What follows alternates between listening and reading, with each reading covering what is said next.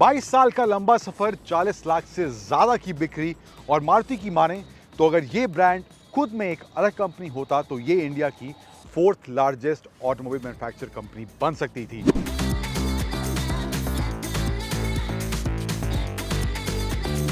कुछ ऐसी ही लेगेसी है इस ऑल्टो ब्रांड की, लेकिन अब इसके K10 अवतार की वापसी हो गई है। 2020 में मारुति ने इसको डिसकंटिन्यू कर दिया था।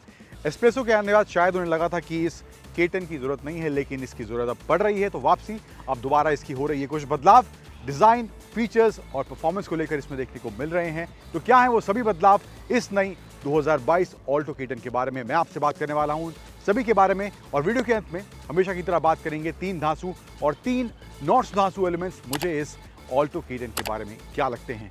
नमस्कार, स्वागत है आप सभी का टाइम्स ड्राइव के इस वीडियो में। मैं हूं अंकुर तनेजा। शुरुआत करते हैं 2022 ऑल्टो K10 रिव्यू की।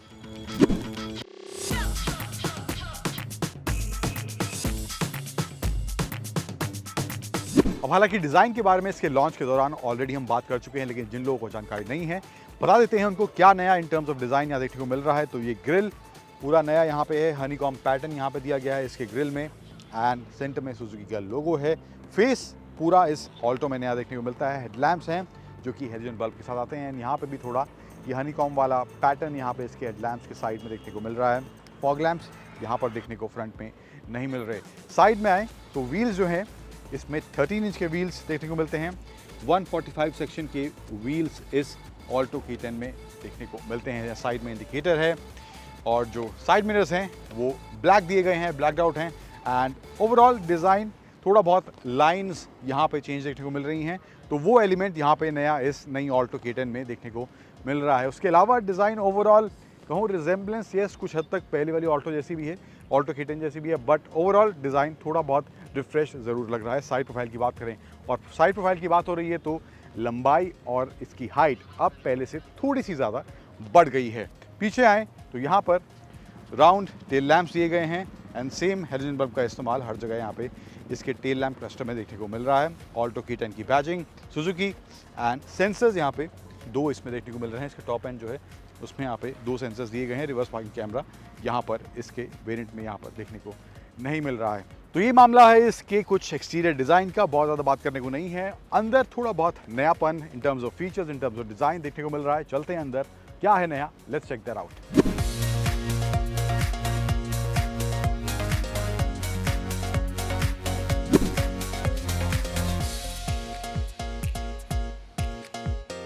अंदर बैठ गया हूँ इस नई ऑल्टो K10 के और ऑन कर लेते हैं गाड़ी को पहले।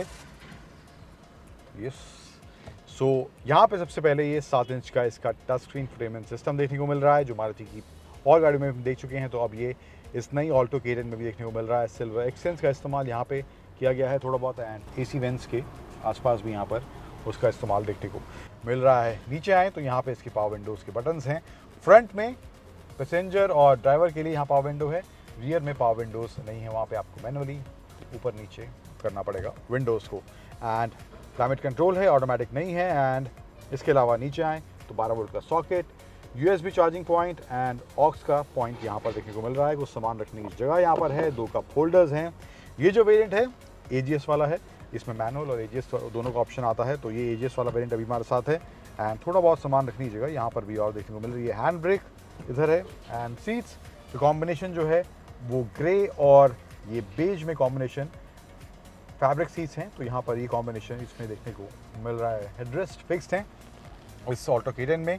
एडिशन यहाँ पर एक और है जो स्टीयरिंग में माउंटेड कंट्रोल्स दिए गए हैं, जिससे आप इंफोटेनमेंट सिस्टम को कंट्रोल कर सकते हैं।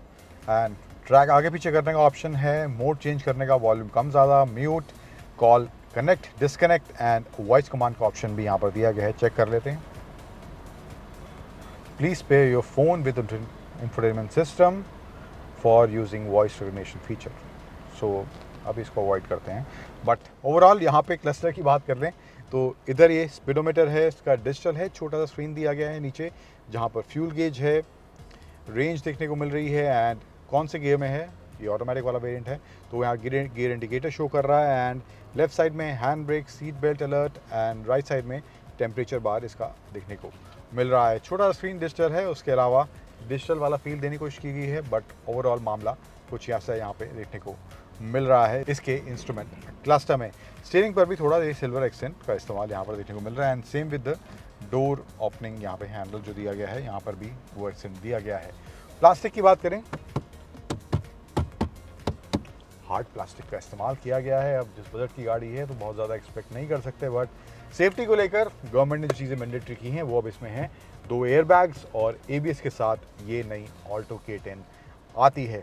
इसके अलावा इंफोटेनमेंट सिस्टम में यहाँ पे अब एंड्रॉयड ऑटो और एप्पल कारप्ले का फीचर भी दिया गया है एंड इसमें स्टूडियो कनेक्ट यानी स्मार्ट प्ले स्टूडियो इस नई ऑल्टो K10 में फीचर देखने को मिलता है। उसके अलावा रेडियो FM एंड यहाँ पे माइलेज कितना देखने को मिल रहा है, अभी 1.6 किलोमीटर पर लीटर का दिखा रहा है क्योंकि गाड़ी बहुत देर से खड़ी है और ऑन है, तो इसलिए घबराइए मत। एंड ड्राइविंग रेंज भी यहाँ देख रहे हैं एंड इसके अलावा हैज़र्ड लाइट वगैरह ये सब ऑप्शन यहाँ पर इसमें देखने को मिल जाता है इसके इस स्क्रीन में। एंड ओवरऑल स्पेस मुझे यहाँ फ्रंट रो में ठीक ठाक लग रहा है। चलते हैं पिछली कतार में, वहाँ स्पेस कैसा है, बेटर हुआ है कि नहीं, क्योंकि लंबाई थोड़ी सी बड़ी है। Let's find that out.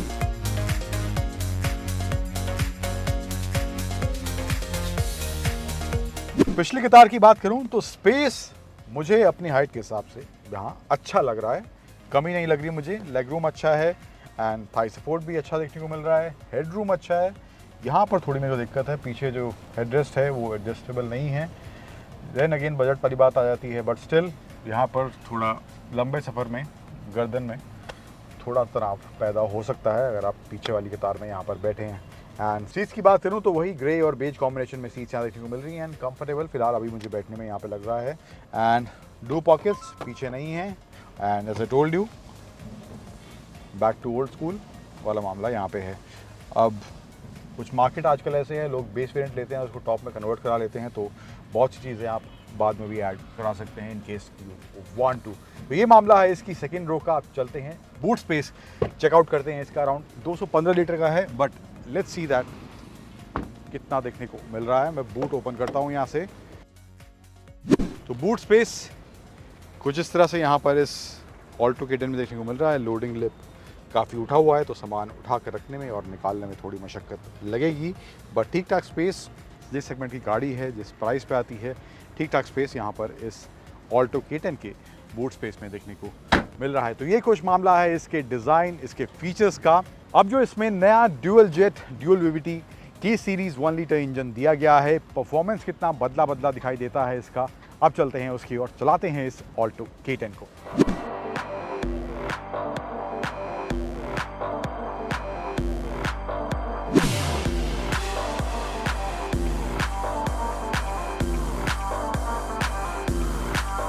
तो बात करते हैं इस मारुति सुजुकी 2022 ऑल्टो K10 के परफॉर्मेंस, ड्राइव, हैंडलिंग कैसी है, कंफर्ट कैसा है। तो शुरुआत परफॉर्मेंस से करते हैं। इनिशियली मैंने ऑटोमेटिक से स्टार्ट किया था, AGS जो है उसको पहले चलाया था, अब मैं मैनुअल चला रहा हूँ इसका। सो ओवरऑल येस, थोड़ा पेपीनेस एक्स्ट्रा मैनुअल में ज़्यादा मिल रहा है, तो थोड़ा बेटर ड्राइव एक्सपीरियंस मैनुअल में रहने वाला है। ऑटोमेटिक जो है उसमें हल्का सा लैग फील होता है, बट ओवरऑल मुझे लगता है सिटी में जिस प्राइस पे, अगेन मैं कह रहा हूँ, जिस प्राइस पे ये गाड़ी है उसके हिसाब से मुझे लगता है डिसेंट है। It works. सिटी में जिस तरह का ट्रैफिक होता है वहाँ पर वो आपको थोड़ा कन्वीनियंस ज़रूर देगा। एक चीज़ जो मुझे यहाँ ऑटोमेटिक में लगा कि होनी चाहिए थी, हालांकि कुछ चीज़ें और हैं जो मुझे लगता है कि हो सकती थी, बट अगेन प्राइस ऐसा है कि बहुत सी चीज़ें मिसिंग होना लाजमी है।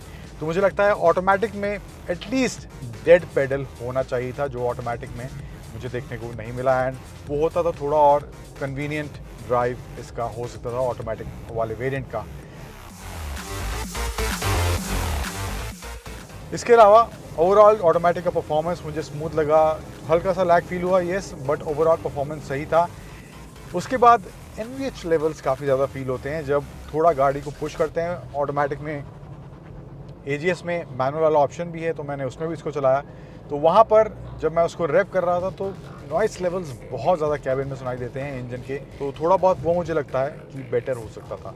इसके अलावा सिटी के हिसाब से परफॉर्मेंस मुझे लगता है स्टॉप एंड गो ट्रैफिक वाला सिचुएशन जो होता है वहाँ पर वो अच्छे से बखूबी काम करता हुआ मुझे दिखाई दे रहा था इसका ऑटोमेटिक गियर बॉक्स।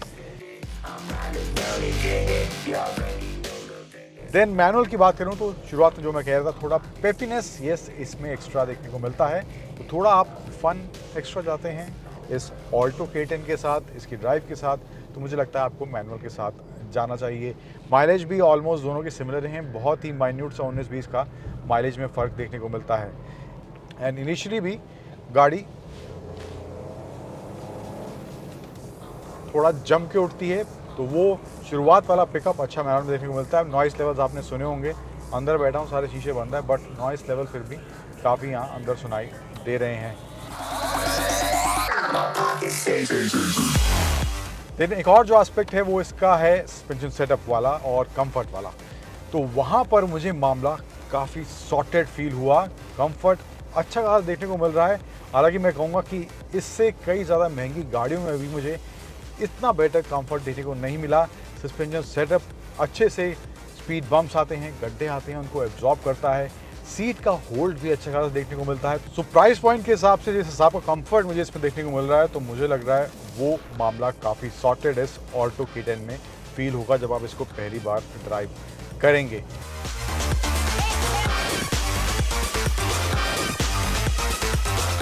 फिर आते हैं ब्रेकिंग वाले डिपार्टमेंट पर। तो ब्रेकिंग, जैसा कि इसमें अब ABS मिलता है, जो कि गवर्नमेंट ने मैंडेटरी कर दिया है। ABS है and safety feature, dual airbags भी इसमें देखने को मिलते हैं।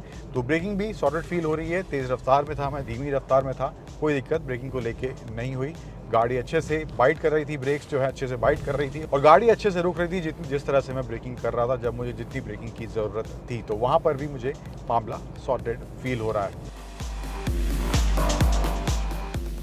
अब इन केस आप चाहते हैं जानकारी AC को लेकर, तो AC भी मैंने थ्रू आउट ड्राइव के दौरान चलाए रखा। यहाँ मौसम भी थोड़ा ह्यूमिड सा है, तो AC थ्रू आउट चल रहा था एंड अच्छे से काम कर रहा था। कूलिंग काफ़ी अच्छी, एटलीस्ट फ्रंट रो में मुझे यहाँ पर देखने को मिल रही है। पीछे में हल्की सी कम होगी, बट ओवरऑल AC परफेक्टली काम करता हुआ इस मौसम में भी इसका दिखाई दे रहा है।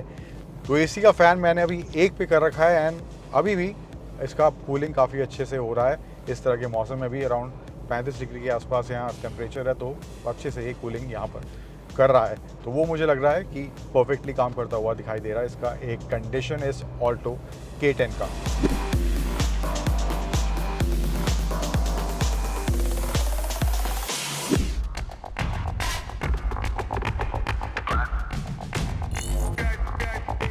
अब बात करते हैं 3 धांसू और 3 नॉट्स धांसू एलिमेंट्स इस 2022 ऑल्टो K10 के मुझे क्या लगे। तो पहले बात करते हैं 3 धांसू एलिमेंट्स की, जिसमें से पहला धांसू एलिमेंट है वो है इसका मैनुअल में परफॉर्मेंस। इस 1 लीटर ड्यूअल जेट इंजन का परफॉर्मेंस काफ़ी सेटिस्फैक्ट्री मुझे देखने को मिला है। तो दूसरा धांसू एलिमेंट जो मुझे इसके बारे में लगा है वो है इसका स्पेस वाला फैक्टर। काफ़ी अच्छा स्पेस स्पेशली सेकंड रो में इस नई ऑल्टो K10 में देखने को मिलता है। दैन तीसरा और फाइनल धांसू एलिमेंट जो मुझे इसके बारे में लगा है वो है इसका कंफर्ट फैक्टर। सस्पेंशन और सीट्स दोनों कॉम्बिनेशन एक अच्छा कंफर्ट इस ऑल्टो K10 में ज़रूर देते हैं। अब 3 नॉट धांसू एलिमेंट्स मुझे इस ऑल्टो K10 के बारे में क्या लगे उनकी बात करते हैं। तो पहला नॉट धांसू एलिमेंट जो मुझे लगा है वो है इसमें से आने वाले NVH लेवल्स। काफ़ी ज़्यादा नॉइस, स्पेशली जब गाड़ी को रैप कर रहा था मैं, काफ़ी ज़्यादा नॉइस अंदर कैबिन में सुनाई दे रहा था, वो थोड़ा एनॉइंग हो सकता है। लेकिन दूसरा नॉट धांसू एलिमेंट जो मुझे इसके बारे में लगा है वो है ऑटोमेटिक वाले वेरिएंट में जो है वो वहाँ पर डेड पेडल मिसिंग मुझे देखने को मिला। बाकी चीज़ें एटलीस्ट प्राइस के हिसाब से मानता हूँ कॉम्प्रोमाइज़ करना पड़ सकता है, बट डेड पेडल एक ऐसी चीज़ है मुझे लगता है कि ऑटोमेटिक में देना बहुत ज़्यादा कॉस्ट उसका नहीं पड़ता, तो वो मुझे लगता है दिया जा सकता था। फिर तीसरा और फाइनल नॉट धांसू एलिमेंट जो मुझे इसके बारे में लगा है वो है इसका स्टीयरिंग रिस्पॉन्स थोड़ा बेटर, वहाँ पर मुझे लगता है मारुति काम कर सकती थी।